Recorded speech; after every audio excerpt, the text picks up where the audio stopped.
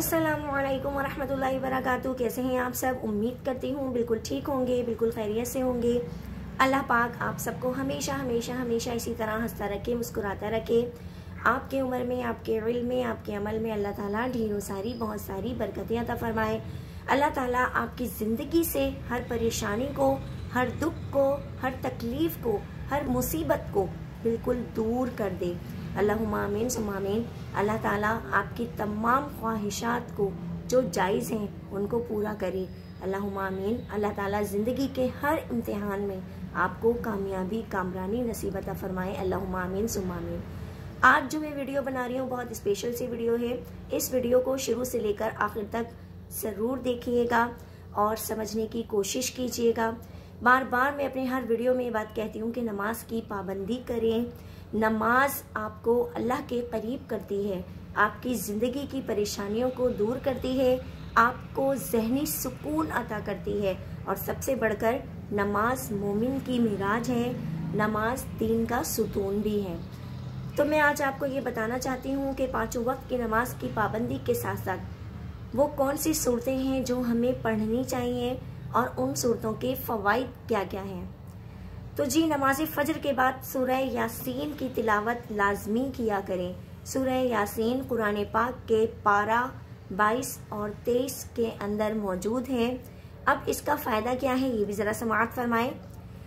वो तमाम हाजात जो हम अल्लाह ताला से तलब करते हैं अपने लिए, अपनी औलाद के लिए, रोज़गार के लिए, अपनी परेशानियों को दूर करने के लिए, होता है ना कि हम दुआएं करते हैं कि अल्लाह ताला तो हमें तमाम परेशानियों से दूर कर दे, तमाम मुसीबतों से दूर कर दे। अल्लाह ताला तो हमारी औलाद को सेहत दे, अल्लाह ताला तो हमारे रिस्क में बरकत अता फरमाए। तो जो भी हाजात हम अल्लाह ताला से तलब करते हैं अल्लाह ताला वो तमाम हाजात अपने ज़िम्मे ले लेते हैं। अब सुने, नमाज ज़ोहर के बाद कौन सी सूरत पढ़नी है। नमाज ज़ोहर के बाद आपने सूरतुल फतह पढ़नी है जो कि कुरान पाक के पारा नंबर 26 के अंदर मौजूद है। अब इस सूरत की क्या फजीलत है। उस वक्त तक मौत नहीं आएगी जब तक आपको हज और उम्रे की सआदत हासिल ना हो जाए। सुभान अल्लाह, कितनी प्यारी बात है। तो कोशिश करें ज़ोहर की नमाज के बाद सूरतुल फतह लाजमी पढ़ा करें। नमाज असर के बाद सूरतुन नबा कुरान पाक के पारा नंबर 30 के अंदर ये सूरत मौजूद है, उसको पढ़ा करें। अल्लाह ताला महशर के दिन की सख्ती से हिफाजत फरमाएंगे। तो कोशिश करें अपने कीमती वक्तों में से थोड़ा सा टाइम अपनी आखिरत के लिए भी निकालें और जो जो सूरतें जिस नमाज की बात मैं बता रही हूँ पढ़ने की आदत डालें। नमाज मगरिब के बाद सूरतुल वाक़िया पारा नंबर 27 के अंदर मौजूद है, इसको पढ़ा करें। इसके पढ़ने का क्या फ़ायदा होगा। अल्लाह ताला गैब से रिस्क का बंदोबस्त फरमाएंगे। बेशक अल्लाह ताला ने वादा किया है कि तुम मुझसे मांगो मैं ही तुम्हें देने वाला हूँ। तुम मुझसे तलब करके तो देखो, तुम मुझे पुकार कर तो देखो। अगर मैं तुम्हारी पुकार पर तुम्हारी आवाज़ ना सुनूं तो फिर तुम कहना। तो हम अल्लाह को पुकारते ही कब हैं। हम अल्लाह को उस वक्त पुकारते हैं जब हम बहुत मुसीबत के अंदर फंस जाते, तो तब हमें अल्लाह याद आता है। हम अपनी खुशियों में अल्लाह को याद रखते ही कब हैं।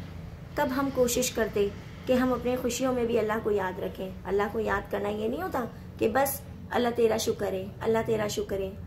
कितनी ही आपके कहते नहीं है कि काम के अंदर कितनी ही आपकी जिम्मेदारियां बढ़ जाएं, लेकिन आपने अल्लाह के आगे सजदा करना नहीं छोड़ना। हम ज़्यादा से ज़्यादा क्या करते हैं कि हमारे सरों के ऊपर अगर कोई प्रेशर होता है काम का, मतलब घर में कोई शादी का फंक्शंस चल रहा होता है या कोई भी ऐसे काम होता है जिसकी बहुत बड़ी तकरीब हमें करनी होती है, तो हम अपने सारे काम काजों में लग कर अपने अल्लाह को भूल जाते हैं। अज़ान की आवाज़ आती है, हम ये सोचते हैं कि ये बस चंद दिन तो हैं, ये हम बहुत मसरूफ़ हैं, ये गुजर जाएँ। उसके बाद हम फिर अपनी रूटीन के मुताबिक अपनी इबादतें भी करेंगे, अपनी नमाज भी पढ़ेंगे। तो देखें, गम में तो हम अल्लाह को याद करते हैं, लेकिन खुशियों में भी कभी हमें अल्लाह को याद करना नहीं छोड़ना।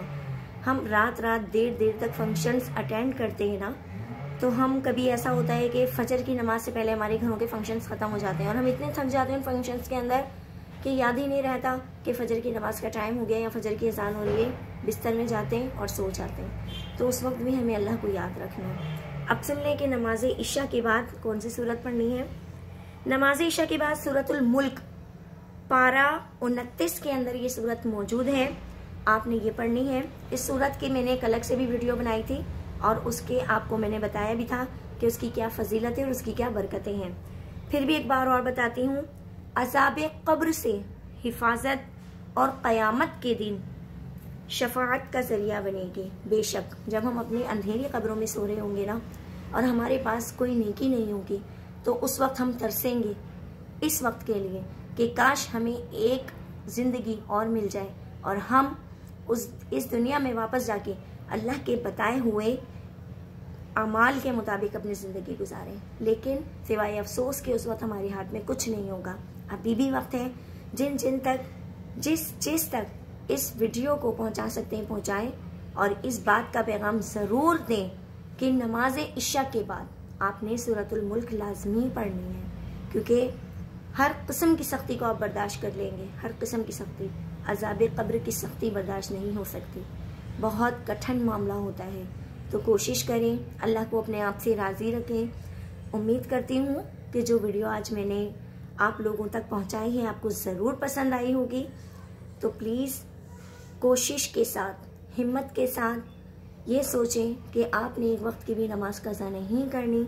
अपने कीमती वक्त में से हमें कुछ वक्त निकालना है अपने लिए और ये सोचना है कि बाद मरने के अगर कोई हमें इसाले सवाब करने वाला ना हुआ या हमारा नामा अमाल नेकियों से खाली अल्लाह के पास पहुंचा, तो हमारा क्या बनेगा। अगर ये सोचेंगे ना तो ज़रूर ज़रूर आप अपने लिए वक्त निकालेंगे इबादत का।